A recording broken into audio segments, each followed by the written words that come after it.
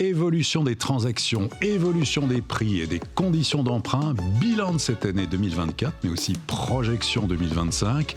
C'est ce que l'on va voir avec nos experts. Figaro Immo, c'est parti.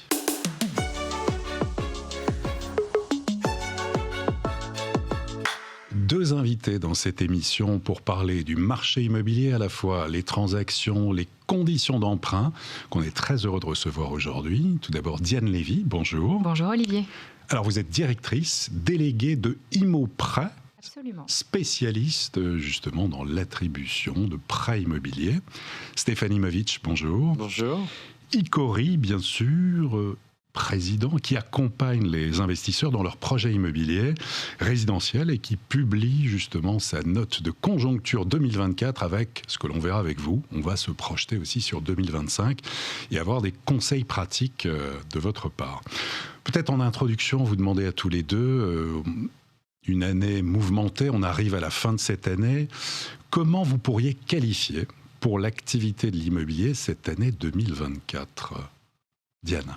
Eh bien, c'est une année qui n'a pas démarré comme on l'aurait espéré. Fin 2023, on était quand même très optimiste sur l'année 2024. On espérait que le redémarrage aille plus vite, fort, et il se trouve que ça a mis un petit peu de temps quand même à se remettre dans le bain, et on a vu que cette année avait été presque coupée en deux, puisque le début d'année était quand même très calme, et à partir du printemps, on a senti que les clients revenaient dans nos agences pour regarder un petit peu ce qui se passait et s'ils pouvaient acheter de nouveau. Très bien, Stéphane. Oui, effectivement, le marché est depuis 2 ans assez ralenti. Néanmoins, nous, ce que nous remarquons, c'est que c'est une année un peu charnière. C'est-à-dire qu'on sent que, bien évidemment, on n'est pas sur des volumes de transactions aussi significatifs que ceux qu'on connaissait, mais néanmoins, on s'aperçoit que depuis, grosso modo, la fin du printemps, il y a un redémarrage qui n'est pas inintéressant, et que ce soit sur la vente, sur l'accession, auprès des investisseurs particuliers, et puis également, et j'en dirai un mot, sur les investisseurs plus institutionnels sur le bloc. Bon. On peut espérer. En tout cas, vous sentez une reprise, plus de monde en tout cas dans les agences et pour voir pour des conditions de crédit. Stéphane, on va démarrer avec cette note de conjoncture d'Icori sur le marché du neuf, le marché de l'ancien bien sûr, et puis les institutionnels, tout ce qui est lié au bloc. On va démarrer par l'activité du marché de l'ancien. Bilan. Alors le bilan sur le marché de l'ancien, c'est un marché qui est en forte baisse, bien évidemment, puisque nous sommes sur des transactions, et on le voit sur le schéma, sur des transactions d'environ 780 000. On pense atteindre un petit peu moins de 800 000 d'ici la fin de l'année, vraisemblablement. On peut juste dire qu'on a connu des années euphoriques à 1 200 000 il y a 2-3 ans, qu'on a connu aussi des années très dures à 600 000 transactions, donc là 800 000 transactions prévues cette année. Eh bien 800 000 transactions prévues cette année, on revient à des niveaux qui sont ceux qu'on a connus antérieurement. Et si on fait la moyenne, j'ai envie de dire, c'est peut-être une moyenne qui n'est pas si mauvaise au final, surtout dans le cadre de la conjoncture qu'on a pu connaître. Mais c'est vrai que c'est une évolution par rapport à l'année antérieure qui est moins bonne. On est à presque moins 19%. Et des marchés qui sont assez différents si l'on est sur l'Île-de-France, sur les régions, etc. Il est clair que l'Île-de-France souffre un peu plus, et souffre un peu plus parce que les prix sont plus importants également. On va voir justement sur les prix, l'évolution. Alors, il y a toujours des marchés à plusieurs vitesses, évidemment, mais quand même, si on devait retenir quelques enseignements. Alors, globalement, sur le marché, on est à moins 5%. Ce qui n'est pas neutre, mais qui n'est pas non plus une correction très significative, il faut le savoir. Et ensuite, selon les secteurs et selon les régions, eh bien, on s'aperçoit que l'Île-de-France, petite couronne et grande couronne, marquent des baisses un peu plus substantielles. En revanche, sur les régions, les baisses sont moins fortes. Et elles sont moins fortes selon, bien évidemment, les villes. Sans détailler, simplement dire que les villes qui avaient le plus augmenté ces dernières années, je pense notamment à Bordeaux, sont des villes qui ont un peu plus baissé, et celles dont les prix étaient restés relativement sages, eh bien reprennent encore un petit peu de vigueur. Vous voyez par exemple Nice ou Marseille, qui sont des villes où les prix étaient relativement sages jusqu'à présent, commencent à reprendre un peu plus de tonus. Donc je dirais que les crises immobilières ont aussi cet effet bénéfique de redonner un peu plus de profondeur à ce marché, selon la qualité des produits, selon les localisations, et c'est très vrai notamment sur Paris. Paris qui a perdu autour de 4% sur un an, en tout cas c'est un mouvement qui est engagé là depuis peu, et on s'éloigne en tout cas de cette barre des 10 000 euros par mètre carré, on est à 9 300 euros par mètre carré en moyenne à peu près, voilà, en tout cas c'est une tendance. Ça c'est la photo, en tout cas déjà en l'état, une sorte de bilan pour le marché de l'ancien. Qu'en est-il du marché du neuf ? Alors le marché du neuf, bien évidemment, est dans une situation plus difficile. Situation plus difficile parce que le foncier a été acheté cher il y a quelques années et parce que également les coûts de construction sont beaucoup plus élevés. Donc il s'avère qu'aujourd'hui, le marché du neuf est un marché beaucoup plus compliqué, et donc on s'aperçoit que même si aujourd'hui on ressent une petite reprise depuis quelques mois, néanmoins on sent que l'évolution est assez difficile. Vous pouvez le voir là aussi sur les statistiques que l'on a analysées, que ce soit sur les ventes, sur les mises en chantier, sur les permis de construire, eh bien, on est en baisse de 15 dans certains cas jusqu'à 38% pour les mises en vente. En revanche, malheureusement, c'est les stocks qui ont tendance un peu à enfler, puisqu'on a près de 9% d'augmentation des stocks. Ce qui est une situation, malheureusement, qui n'est que la conséquence de ce qu'on connaît maintenant depuis 2 ans. Avec en plus le dispositif d'investissement locatif Pinel qui prend fin au 31 décembre. Enfin, il y aura peut-être une fin en sifflet, mais bon, donc on ne sait pas ce qu'il y aura après. Y aura-t-il un statut du bailleur privé, on verra, ou quelque chose, en tout cas pour redonner envie d'investir dans l'immobilier, notamment dans le neuf. Alors justement, sur le marché de l'investissement, Stéphane. Alors le marché de l'investissement est un marché assez intéressant à analyser parce qu'il ne réagit pas du tout de la même manière que le marché des particuliers. Le marché des particuliers, pourquoi il reprend de la vigueur ? Tout simplement parce qu'il y a eu une légère baisse de prix, et en même temps des conditions de crédit, mais je pense que vous en parlerez certainement beaucoup mieux que moi, mais des conditions de crédit plus attractives. Donc le particulier, lui, il intervient selon sa solvabilité. Là, depuis grosso modo quelques mois, et pratiquement 1 an, la solvabilité s'est accrue. Donc ça, c'est un point positif. Les investisseurs institutionnels n'ont pas du tout ce raisonnement. Les investisseurs institutionnels, ils voient par rapport au rendement qu'ils peuvent obtenir. Pas de rentabilité, on n'y va pas. Si le rendement est insuffisant, effectivement, on n'y va pas. Alors, en revanche, ce qu'on a noté, malgré tout, et ça c'est un signe très positif sur le marché, notamment des grands propriétaires, c'est que les prix sur le bloc ont vraiment baissé. Les baisses de prix sur le bloc vont de 15 jusqu'à 30% dans certains cas, et alors qu'il y a encore 3 ans, le prix du bloc était pratiquement le prix de l'accession.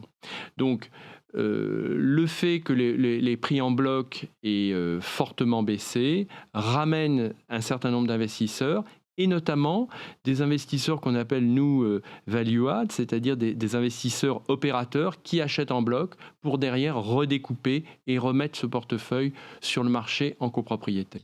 Quelques conseils quand même, Stéphane, pour les investisseurs particuliers, en tout cas vos règles d'or. Quelles sont-elles ? Nos règles d'or, elles sont pratiquement toujours identiques, c'est-à-dire que non, il n'y a pas que l'emplacement. Aujourd'hui, il y a un point très important, c'est les aspects énergétiques des appartements.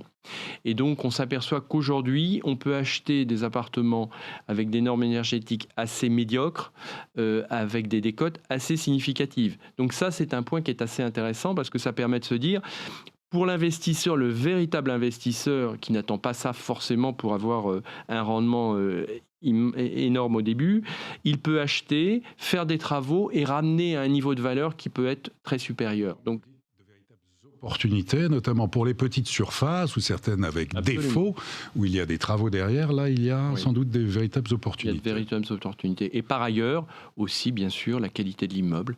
Ça, c'est très important. Et on s'aperçoit aussi que selon les quartiers, des quartiers plus périphériques, moins qualitatifs, ont beaucoup plus baissé que les quartiers plus traditionnels du centre ou de l'ouest de Paris. Très bien. Diane Lévy. Oui. Immoprêt, justement, on va voir avec vous. Vous allez nous donner des conseils. Mais déjà, si on prend une photo aujourd'hui, où en est la production de crédit? Toujours en baisse. On n'a pas rattrapé le retard des dernières années.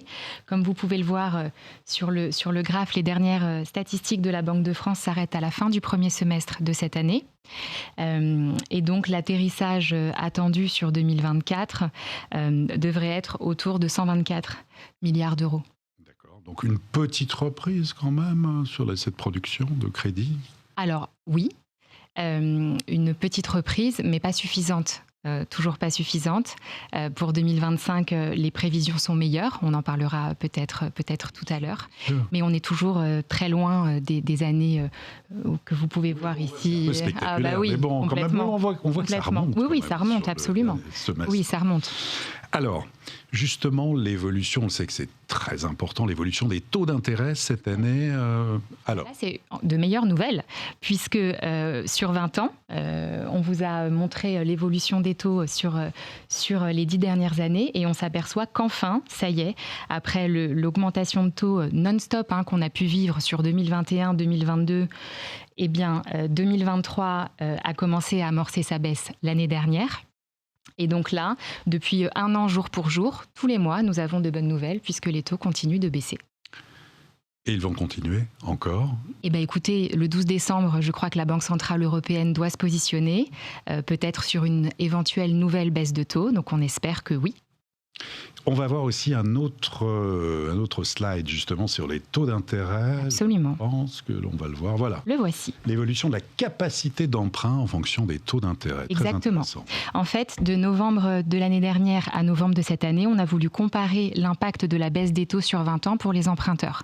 Et il se trouve que donc en un an, pour le même montant d'emprunt, la mensualité est différente, en tout cas baisse de 100 € par rapport à l'année dernière, pour le même montant d'emprunt, hors assurance. Et donc, le coût total du crédit, puisqu'évidemment, quand on emprunte, il y a des intérêts et il y a un coût total à regarder, il y a un peu plus de 20 000 € de moins sur le coût total entre l'année dernière et cette année pour le même bien. Et puis, on va voir un autre tableau aussi sur... Voilà, vous avez pris en fait un comparatif avec couple avec un enfant, 4 500 € de revenus nets sur 20 ans. Absolument. Commentaire. On a voulu regarder quelle était aussi la capacité et le budget des clients entre l'année dernière et cette année dans l'ancien. Donc on s'aperçoit qu'on a quand même, grâce à la baisse des taux, 16 000 € de plus en capacité d'emprunt, 16 000 € de plus dans certaines villes de France où d'Île-de-France, deuxième couronne, c'est 16 mètres carrés. Entre 10 et 15 mètres carrés, donc ça peut être une vraie pièce en plus.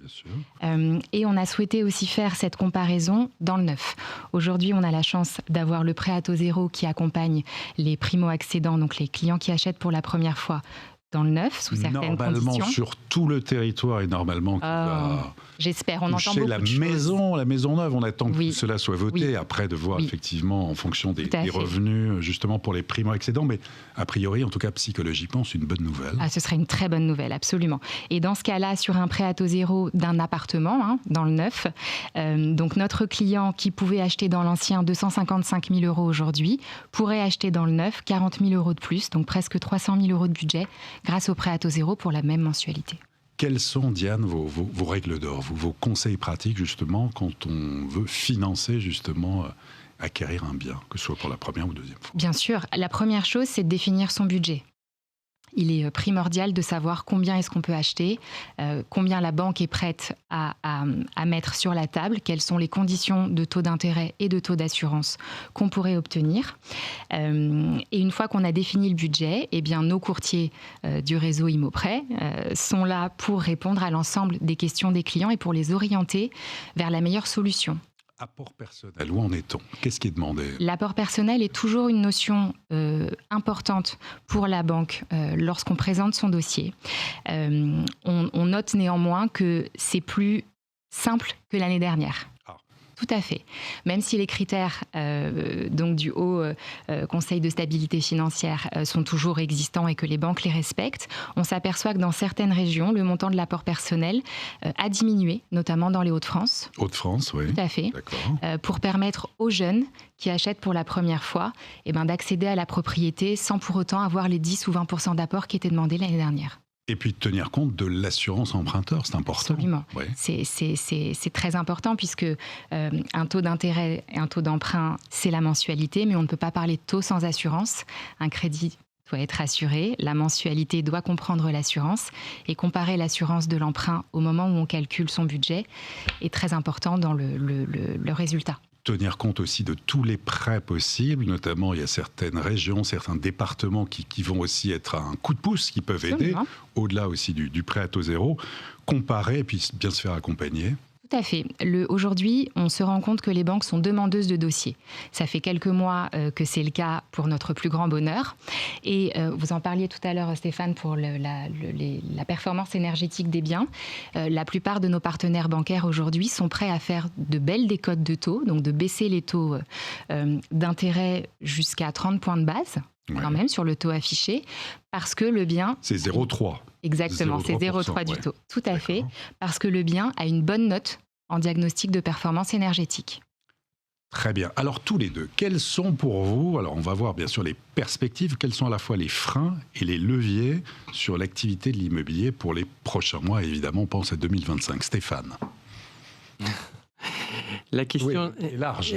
La question est très large. Néanmoins, je crois que l'immobilier reste dans la tête des Français, je parle des particuliers, plutôt une valeur refuge. Donc, c'est vrai qu'en ce moment, on est dans une période d'instabilité politique, économique, etc. Et c'est vrai que ça fait un peu peur. Mais néanmoins, je pense que l'immobilier, dans la mesure où les prix ont baissé, dans la mesure où les taux sont en baisse également, je pense que c'est un moment qui n'est pas inintéressant pour l'immobilier, tout simplement parce que les gens se disent...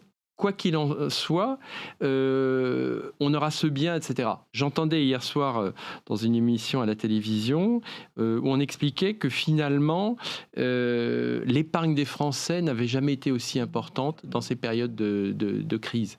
Eh bien, je pense que l'immobilier, c'est justement quelque chose qui permet justement de traverser des perturbations, des crises, tout ce qui se passe en ce moment. Donc, je suis... à titre personnel, pas très inquiet sur l'évolution. Maintenant, je pense que si effectivement les prix continuent à se stabiliser, comme c'est le cas, retrouver une solvabilité suffisante, je pense qu'on devrait être dans un marché qui mettra encore du temps à se rétablir complètement, mais qui est plutôt en voie positive. Voilà. Diane, votre sentiment. Oui, je rejoins parfaitement Stéphane sur ce qu'il vient de dire. L'instabilité actuelle, d'autant plus avec le projet de loi de finances 2025, nous donne beaucoup d'informations. L'extension du prêt à taux zéro serait quand même une excellente idée et donnerait du dynamisme aux emprunteurs qui aujourd'hui hésitent encore à se lancer. On a aussi entendu la hausse potentielle des frais de notaire, d'une partie des droits de mutation à titre onéreux. Absolument, pardon. Bon, oui, non. Donc oui, on a vu que c'était donc dans les tuyaux, qu'a priori les primo-accédants... Signal qui freine aussi. On sait que l'immobilier a besoin de confiance aussi. Est-ce que c'est pas Exactement, un mauvais signal qui est envoyé? Vous parliez des freins tout à l'heure, c'en est un, mais je pense qu'il y a une compensation qui se joue dans je prends, je donne, je prends, je donne, et peut-être que cette partie-là fait partie du sujet de je reprends. En tout cas, les départements auront le choix d'accepter ou pas cette hausse et donc de la mettre en place. Si jamais elle est mise en place, les primo-accédants, donc les emprunteurs qui achètent pour la première fois, ne seraient pas concernés. Donc on a et quand dans même... le neuf aussi. Et dans le neuf aussi, a priori. Ouais. Donc ça permet quand même d'alléger un petit peu cette nouvelle qui n'en est pas une bonne par rapport aux clients qui aujourd'hui se lancent dans l'acquisition de leur résidence principale pour la première fois. Qu'est-ce que vous entendez de la part justement de ceux qui viennent vous voir chez Immoprêt? Il y a une envie quand même d'acquérir toujours de plus en plus. Toujours. Oui. Moi, ça fait 18 ans que je suis dans le métier. Ça fait 18 ans que j'entends les clients dire « on veut acheter, c'est notre priorité, on veut être propriétaire de notre résidence principale, on veut préparer notre avenir, notre patrimoine, notre retraite ». C'est vraiment la priorité des gens, des Français. Et cette instabilité, effectivement, qu'on a vécue ces dernières années a freiné tout ça. Et aujourd'hui, on attend de bonnes nouvelles pour relancer l'immobilier et faire en sorte que les gens puissent emprunter dans de bonnes conditions, avec une visibilité sur l'avenir.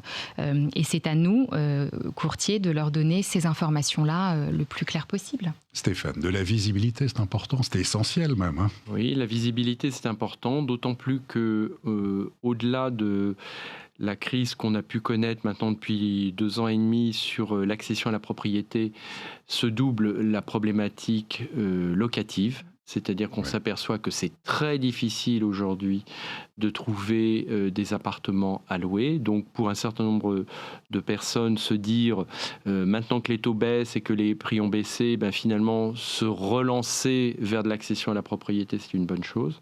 Ça, c'est le premier point. Le deuxième point, c'est que nous, on milite beaucoup et je fais partie et j'ai monté un groupe de réflexion qui s'appelle Vivere, dans lequel on milite pour essayer de mettre en place une espèce de statut du bailleur privé, parce qu'on pense qu'aujourd'hui, avec la fin du Pinel, qui de toute façon était depuis 45 ans, moi depuis que je suis enfant, j'entends toujours parler d'un système de défiscalisation. Borloo, le Robien, voilà, le Méhaignerie, etc. Et donc, ces systèmes ne sont pas pérennes, parce que ça coûte cher à l'État. Et donc, il faut aujourd'hui qu'on trouve un système qui s'applique sur l'ancien comme sur le neuf, de la même manière, avec une stabilité fiscale et une stabilité dans le temps sur les aspects juridiques, de façon à ce qu'on ne se retrouve pas en permanence confronté, à chaque changement de gouvernement, à une loi différente. Et donc, ce statut du bailleur, il devrait permettre à des particuliers d'être considérés comme un véritable acteur économique en matière immobilière, comme le sont les investisseurs institutionnels, de la même manière. Donc ça, nous, on milite beaucoup, on essaie de faire passer des messages auprès d'un certain nombre de parlementaires. On a été reçu au ministère du Logement et j'espère que petit à petit, les choses vont avancer dans ce sens. Oui, reconnaître l'investisseur privé comme un acteur économique à part entière qui permet de loger des familles, et puis Absolument. C'est bon pour l'emploi, c'est bon pour le bâtiment, c'est bon pour les artisans.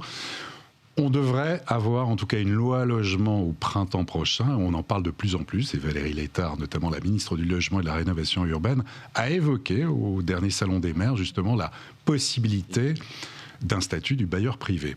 Sur le volet environnemental, est-ce qu'on vous demande de plus en plus, est-ce que les banques font attention à tout ce qui est DPE et est-ce qu'elles sont de plus en plus regardantes ? Ouais. Le DPE, donc le diagnostic de performance énergétique, est un document obligatoire désormais dans les dossiers de crédit. Voilà, il doit accompagner la promesse de vente lorsqu'on demande un prêt pour connaître justement la manière dont le bien est énergivore ou pas et d'accorder des dérogations éventuellement sur les taux si le bien est bien coté énergiquement parlant et de proposer des prêts aidés, que ce soit par l'éco-prêt à taux zéro ou au travers de l'ANA avec ma prime Rénov, pour justement accompagner les clients qui auraient besoin de faire de gros travaux dans des biens qui, au départ, sont mal notés et qui deviendraient ensuite mieux placés grâce aux travaux.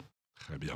En conclusion, tous les deux, allez, vos projections, vos pronostics 2025, à la fois l'évolution des prix, bien sûr, l'évolution des taux, mais l'état d'esprit. Je sais que c'est pas facile de se projeter, mais Stéphane, vous aimez bien l'exercice. Écoutez, moi je suis un optimiste par nature, donc je ne peux vous répondre que sous cette forme. Non, c'est à peu près ce que je vous ai dit, c'est-à-dire je pense qu'on est dans une dynamique de prix calmés, de taux d'intérêt qui, là aussi, ont baissé. Alors, je ne sais pas s'ils baisseront encore très longtemps. Et de toute façon, on ne reviendra jamais au taux que l'on a pu connaître jusqu'à présent. Je pense qu'on a vécu sur des taux extrêmement bas qui ne voulaient pas dire grand-chose et on s'est imaginé que ce serait éternel. Donc ce n'est pas éternel. Donc aujourd'hui, je me souviens, au début de ma carrière, il y avait des taux à 8-9%. Et ce n'est pas pour autant que le marché immobilier ne fonctionnait pas. Donc aujourd'hui, on a des taux qui tournent entre 3, 3,5, grosso modo. Je pense qu'à partir de là, le marché devrait reprendre. On a besoin d'un peu de confiance, on a besoin d'un peu de stabilité, notamment politique, pour redonner un peu cette confiance aux gens. Donc moi, je suis optimiste par nature, mais je suis aussi optimiste par analyse de ce que l'on peut constater sur le marché immobilier et sur le marché de l'emprunt, du crédit.